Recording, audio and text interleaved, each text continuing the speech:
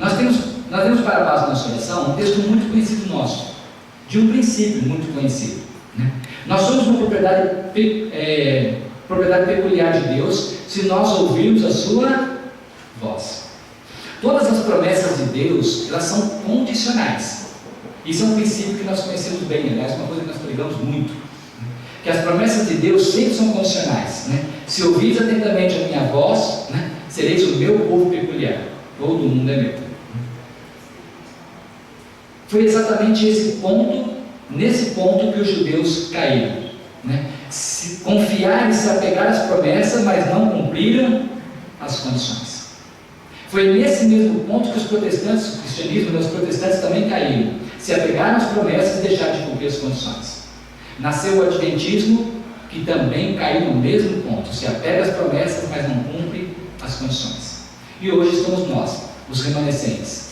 Mas nós temos no Espírito de Profecia uma série de advertência, que se nós não cumprirmos, vamos cair no mesmo erro. Se nós lermos Deuteronômio 28:1, nós vamos encontrar, são várias passagens, eu separei 5 bíblicas, né? Deuteronômio 28:1 diz assim: e será que se ouvires a voz do Senhor teu Deus, tendo cuidado de guardar todos os seus mandamentos, que hoje eu te ordeno, o Senhor teu Deus te exaltará sobre todas as nações da terra. Então nós vemos aqui a promessa que Deus vai exaltar o seu povo sobre todas as nações, mas sobre uma condição: se nós ouvirmos a voz do Senhor e cuidar em guardar todos os seus mandamentos. Em Deuteronômio ainda, no versículo 13 e 14, diz assim: o Senhor te porá por cabeça e não por cauda. Aliás, é um texto que a gente gosta muito de citar, né? O povo de Deus tem que ser por cabeça e não por cauda. Mas quando o povo de Deus ser por cabeça e não por cauda? O Senhor te porá por cabeça e não por cauda, e só estarás em cima e não debaixo, se obedecer aos mandamentos do Senhor teu Deus, que hoje te ordeno, para o guardar e cumprir. Deus vai nos colocar como cabeça e não por cauda, sempre por cima, se nós guardarmos os seus mandamentos. Não te desviarás de todas as palavras que hoje te ordeno, nem para a direita nem para a esquerda, andando após outros deuses para o serviço. Então, se nós ouvirmos as palavras de Deus, a voz de Deus, guardar os seus mandamentos, não nos desviarmos nem para a direita nem para a esquerda, Ele promete que vai colocar nós sobre a cabeça e não por cauda, acima de todas as outras nações. Em Jeremias, nós encontramos a mesma promessa de Deus. Ele fala assim: no momento em que falar contra uma nação e contra um reino, para arrancar e para derrubar e para destruir, se tal nação, porém, contra a qual falar, se converter de sua maldade, também eu me arrependerei do mal que pensava fazer. Se Deus pronunciar uma maldição sobre uma cidade e essa cidade se converter, Deus se arrepende, né? Retira essa maldição. Aí ele fala: no momento em que falar de uma nação, de um reino, para edificar e para plantar, se fizer mal diante dos meus olhos, não dando ouvido à minha voz, então me arrependerei do bem que tinha falado que lhe faria. Quer dizer, dos dois lados. Se Deus ia pronunciar uma maldição sobre uma cidade e essa cidade se converte, é o caso de Nínive, né? A experiência de Nínive ficou registrada na história, Deus se arrepende da pronúncia que ele ia fazer. Mas por outro lado, se Deus fizer promessas a um povo, de exaltar um povo, e esse povo se desviar, não dar ouvido à sua voz, Ele também deixará o povo. E em 2 Crônicas, diz assim: e saiu ao encontro de Asa, rei de Israel, né? E disse ao rei: ouve-me, Asa, e todo Judá e Benjamim, o Senhor está convosco, enquanto vós estáis com ele. E se o buscardes, o acharei, porém, se o deixardes, vos deixará. Infelizmente, essa palavra se cumpriu, né? Judá não fez a vontade de Deus, se desviou de Deus, e o Israel como um todo, né, na época Judá, foi abandonado. Então, irmão, nós vemos aqui com esses versos que as promessas de Deus são condicionais, e nós temos que estar muito atentos a isso, porque nós, o remanescente de Deus, nós temos uma profecia para o nosso surgimento, né? Nós temos a profecia do surgimento de um povo que estaria com seus olhos voltados para o céu e nos seus lábios estaria o quê? Vigiai, né? Lá embaixo no versinho fala o quê? E seus esforços serão bem sucedidos. Nós temos uma promessa de Deus Irmãos, essa promessa vai se cumprir, com certeza. A pergunta é com quem? Com quem vai se cumprir? Olha o que diz o testemunho sobre isso. O que Deus prometeu, testemunho seleto, o que Deus prometeu a todo tempo é capaz de cumprir, e a obra que confiou ao seu povo a pode perfeitamente realizar por seu intermédio. Se esse estiver disposto a andar em conformidade com toda a palavra que Deus falou, toda a boa palavra e promessa serão cumpridas. Mas se faltar a perfeita obediência, as grandes e preciosas promessas não serão obtidas e não se cumprirão. Então tudo o que Deus prometeu, Ele pode perfeitamente cumprir através do seu povo. Mas se faltar a obediência, ainda fala perfeita obediência, essas promessas não se cumprirão.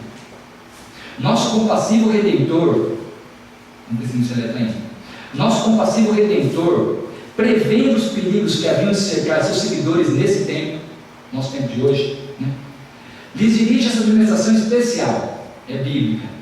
Olhai por vós, não aconteça que vossos corações se encarreguem de glutonaria, de embriaguez e dos cuidados da vida. E venham sobre vós de improviso aquele dia, porque virá como um laço sobre todos os que habitam na face da terra.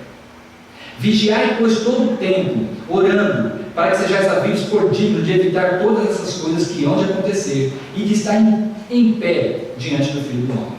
Lucas 21, 34 a 36. Deus, Cristo já sabia tudo o que ia acontecer e o momento que nós estamos vivendo hoje. E nos deixa uma advertência há 2000 anos escrita. Cuidado, porque essas coisas não vos consumam toda a atenção. Aí olha só o que ele fala. Se a igreja escolher um caminho idêntico ao mundo, virá a partilhar da mesma sorte. Ainda mais, como recebeu maior luz, seu castigo será maior do que os impenitentes. Se a igreja seguir o caminho do mundo, vai participar do mesmo prêmio, vamos dizer assim. E ainda mais, porque o povo de Deus hoje recebeu grande luz. Porventura Cristo e o seu amor não foram gradualmente excluídos de vossa vida, até que a mera forma houvesse substituído o culto do coração? Ela pergunta. Se Cristo e o seu amor não foram gradualmente excluídos de nossa vida? É a mesma pergunta que tem em Apocalipse, Onde está o fervor que sentis em vossa alma a menção do nome de Jesus? Lá em Apocalipse 2,5 nós encontramos lá: tenho contra ti que perdeste o primeiro amor. Vai e procura onde ele está. Ela pergunta: cadê? Onde está o fervor que sentis em vossa alma a menção do nome de Jesus?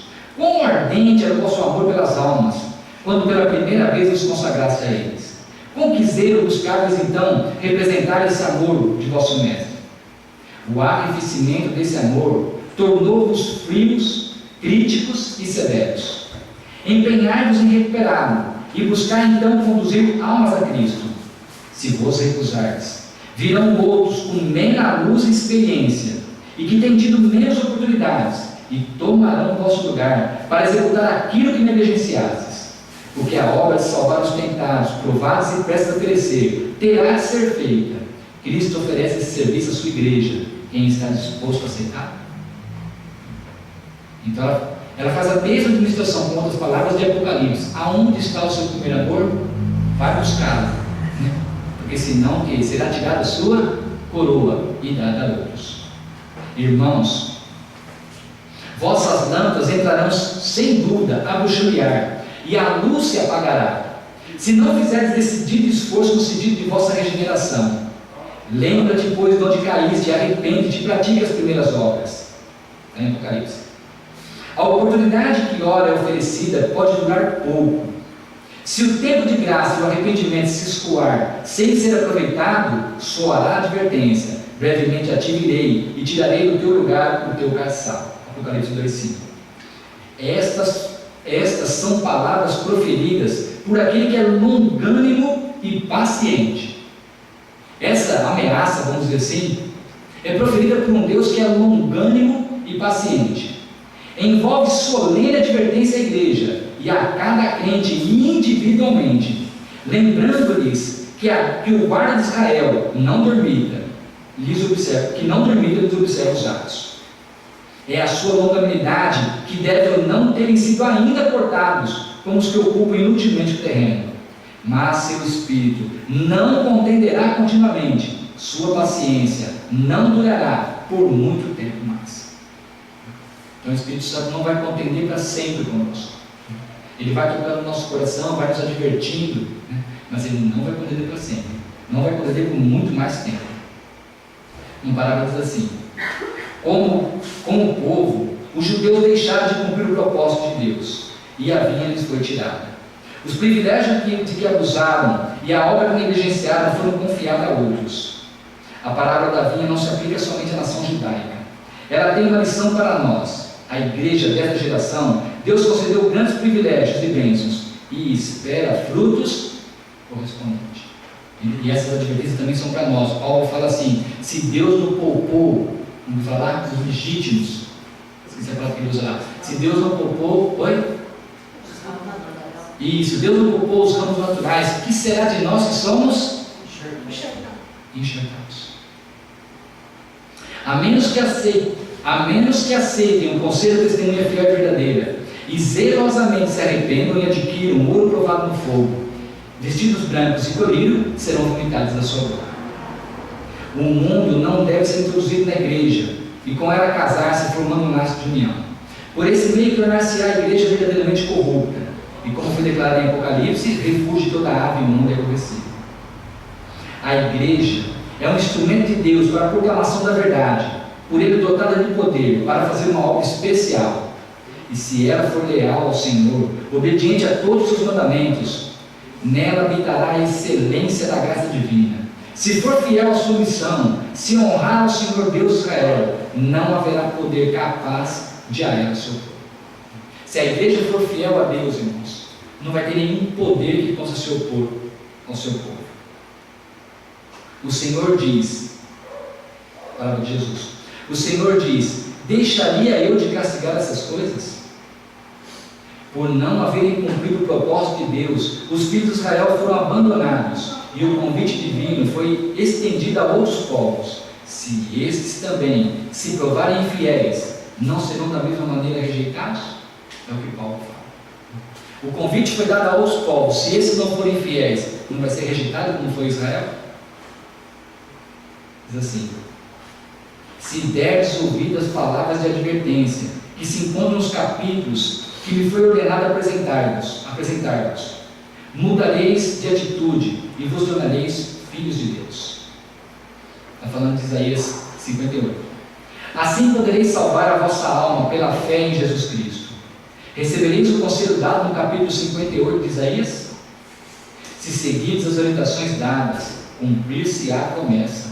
Isaías fala assim: então romperá a tua luz como a alva, e a tua cura apressadamente brotará, e a tua justiça irá diante da tua face, e a glória do Senhor será a tua retaguarda. Então clamarás, e o Senhor te responderá, gritarás, e ele dirá: eis-me aqui. Acontecerá isso se tirares do meio de ti o jugo, o estender do dedo e o falar vaidade.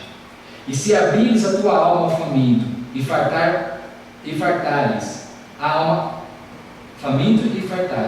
alma aflita, então a tua luz nascerá nas trevas, e a tua escuridão como ao meio-dia. O Senhor te guiará continuamente, e fartará a tua alma em lugares secos, e fortificará os teus ossos, e serás como um jardim regado, como um manancial cujas almas nunca faltam. Em Isaías. Ali em Isaías, irmãos, nós encontramos de Deus uma dura advertência. Estou cansado do jejum, estou cansado dos sacrifícios, né? Uma dura advertência. Todo mundo deve estudar o capítulo 58 de Isaías. Mas Deus dá uma dura advertência ao seu povo e dá depois a promessa para aqueles que forem obedientes. Diz assim: o Senhor tem determinado o dever de toda a alma. No juízo, ninguém terá qualquer desculpa a apresentar por não cumprir o seu dever. Hoje a gente fica dando desculpa para não fazer o que Deus pede. Mas lá no juízo, irmãos, na parábola das bodas, quando o rei pergunta: como é que você entrou aqui, sem a veste nupcial, o que ele responde? nada. Lá fala, ele emudeceu. É o que está falando aqui. Hoje a gente pode dar desculpa, ficar negligenciando, né? Fazer aquilo que Deus pede. Mas no juízo nós não vamos ter palavra nenhuma para falar. Uma parábola diz assim, na parábola, na parábola, ao perguntar ao rei, como entraste aqui, não tendo vestido nupcial? O homem emudeceu. Assim será no grande dia do juízo. Os homens agora podem justificar seus defeitos de caráter, mas naquele dia não apresentarão desculpas.